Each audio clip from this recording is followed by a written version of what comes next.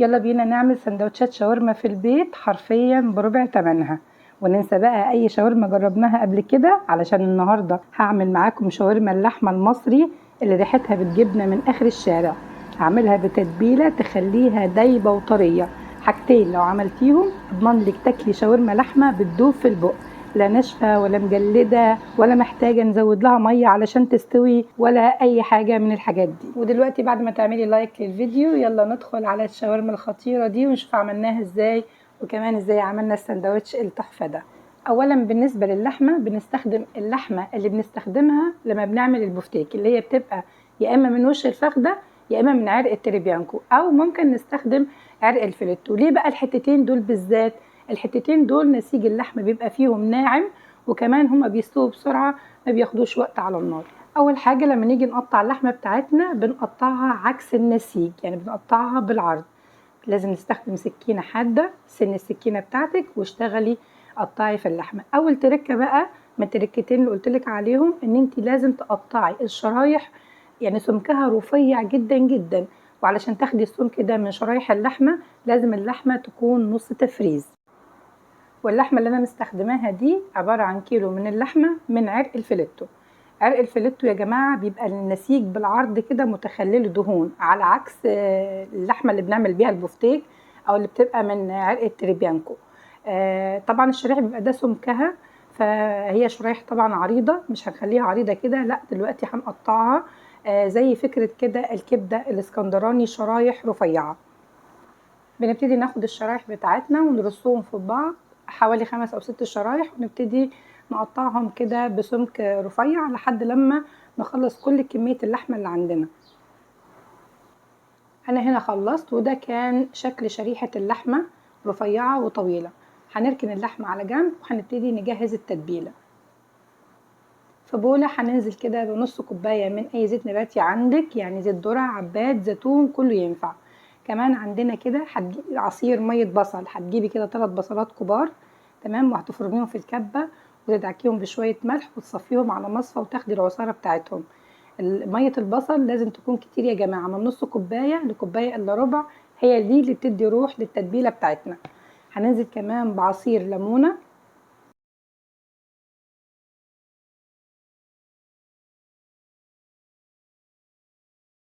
عليهم معلقتين كبار من الخل. الخل بيطري نسيج اللحمة معايا، ومعاه كمان معلقة كبيرة من السكر بتساعد برضو انها تطري نسيج اللحمة معايا.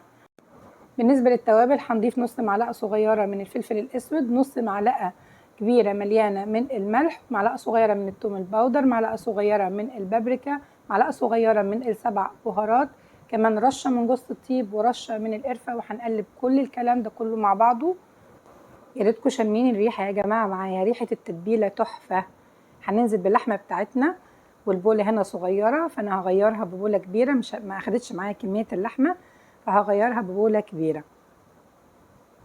ننزل كده باللحمه بتاعتنا ونبتدي بقى نديها دعكه محترمه في التتبيله، يعني قطع اللحمه اللي متشابكه في بعض نفكها من بعض بحيث ان احنا نضمن ان كل جزء من اللحمه وصلوا ايه التتبيله. طبعا المفروض اللحمه بتفضل في التتبيله دي مده مش اقل من ساعتين، كل ما زودنا مده التتبيل كل ما كان الطعم احلى، كل ما كان تستوي اسرع. انا طبعا سبتها ليله كامله، انا تبلت بالليل ودلوقتي احنا تاني يوم الصبح. ساعه ما بنيجي نسوي بقى اول حاجه بنحضرها هي الخضار بتاعنا. الشاورما المصري معروفه طبعا الخضار بيكون بصل، طماطم، بقدونس.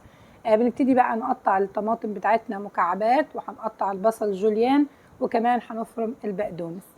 واحنا بنقطع الخضار كده احب اتعرف عليكم بتتابعوني من انهي بلد، ويا ريت لو ما عملتوش لايك للفيديو، لو كنتم مشتركين جداد في قناتي تنزلوا تشتركوا حالا، وكمان لو انتم بتتابعوني من على فيسبوك فولو للصفحه ولايك للفيديو وشيروه مع اصحابكم اللي بيحبوا الشاورما.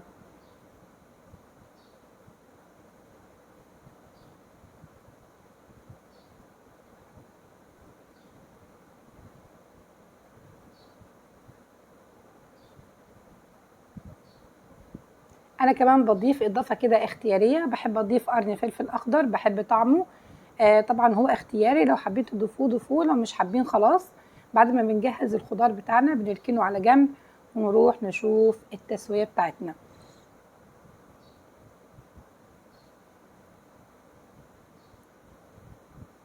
اخطر سر في التسويه النهارده هو الطاسه يا جماعه. الطاسه لازم تكون سميكه وسخنه جدا، سخنه لدرجه انها تدخن. وسر طبعا الطعم او طعم الشاورما المصري هو في كام قطعه ليا كده بننزل بيهم يسيحوا في الطاسه لحد لما ينزلوا الدهون اللي فيهم. لو مش متوفر ليا عادي نستخدم زيت، مفيش اي مشكله. انا كمان نزلت بمعلقه كده من الزيت وهشوح كده اللية في الزيت، واول ما تنزل كل الدهون بتاعتها بشيلها طبعا واستبعدها تماما. دلوقتي الطاسه سخنه جدا جدا جدا، بنزل بالشاورما بتاعتي، ما بنزلش بيها كلها، بنزل بالكميه على قد الطاسه، افردها في الطاسه تاخد صدمه علشان تحبس العصاره جواها وتفضل جوسي وطريه معايا. ما ينفعش ننزل الكميه كلها يا جماعه، ممكن تنزل ميتها وتشد معانا. طبعا ما بجيش ناحيتها ولا اقلبها خالص لحد لما لونها يغير من تحت. اول ما تغير لون من تحت ابتدي اقلب فيها علشان تاخد لون من كل الجوانب او من كل الاتجاهات. طبعا الشاورما يا جماعه مده التسويه دي بتبقى على حسب يعني مده التتبيل، يعني كل ما تسيبيها في التتبيله كتير كل ما مده التسويه تقل.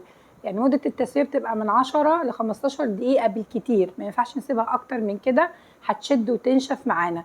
انا هنا طبعا عشان متبله ليله كامله سبتها حوالي 7 دقائق، ولسه كمان هي هتاخد شويه مع الخضار، فكانت تسويتها مظبوطه جدا. ما بسيبهاش كتير يا جماعه علشان ما تجلدش وتشد معانا ونضطر نضيف ميه وندخل في دايره كده يعني مش حلوه، والشاورما هيبقى طعمها مش احلى حاجه. خلصت الكميه الاولانيه وهنزل بتاني كميه في الطاسه افردها برضو واعمل فيها نفس الكلام زي ما عملت في الطاسه الاولانيه.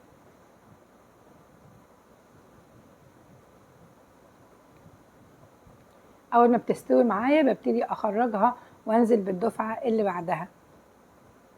ما شاء الله كيلو اللحمه يعني بيرمي كتير جدا معاكم يا جماعه، موفره موفره يعني. هنا دي كانت اخر كميه. اول ما استوت رجعت بقى بالكميه اللي قبلها اللي كانت مستويه من قبلها في الطاسه، قلبتهم مع بعض ونزلت عليهم بالخضار. وفي ترتيب الخضار بننزل باول حاجه بالبصل، بنقلب البصل كده مع اللحمه بتاعتنا ومن سخونيه الطاسه والنار شغاله طبعا لحد لما يدبل. في الاخر بقى بنزل بالطماطم وبنزل بالفلفل الاخضر، دول بقى تقلبتين ونطفي النار على طول. ما نزودش عليهم النار علشان الخضار يفضل فريش معايا، محتفظ بقوامه ومحتفظ بشكله، وكمان يبقى له قرشه حلوه كده. في الاخر بقى بنطفي النار وبننزل بالبقدونس، ندي لها تقليبه كده مع البقدونس على سخونيه الطاسه، ونبتدي خلاص تبقى احلى شاورما جاهزه معايا. مش قادره اقول لكم يا جماعه على طعم الشاورما دي ولا اللي كان حاصل في البيت ساعتها، يعني كانك قاعده في مطعم حياتي بالظبط يا جماعه. الريحه والطعم كانوا مش ممكن مش ممكن. هتقدميها بقى تاكليها مع رز براحتك، عايزه تعمليها سندوتشات برضو براحتك مع صوص الطحينه طبعا. احنا عملناه قبل كده في الفيديو كفتة الطاسة، ممكن ترجعوا له. طبعا الشاورما المصري معروفة برضو بتتقدم سندوتشات في العيش الكايزر. نبتدي بقى نعمل السندوتش بتاعنا او نركب السندوتش بتاعنا. بناخد بقى من الشاورما وخدي بقى وكومي زي ما انت عايزة براحتك، يعني كمية كبيرة ما شاء الله وتكفي كتير كتير يعني. طبعا بننزل عليها بصوص الطحينة الجبار ده لازم، ده يعني اهم حاجه. عايزه اقول لكم كمان اللي هي بتديها طعم خرافي، بتديها طعم جميل جدا. واحلى سندوتش شاورما يا جماعه ممكن تجربوه، والله انا يعني بدون مبالغه بدون مبالغه كان طعمها تحفه تحفه. اتمنى بس تطبقوها وتقولوا لي رايكم في الكومنتات، واتمنى الفيديو يكون عجبكم. ما تنسوش تعملوا لي لايك للفيديو وتشيروا الفيديو مع اصحابكم. اشوفكم في فيديو جديد قريب، وباي باي.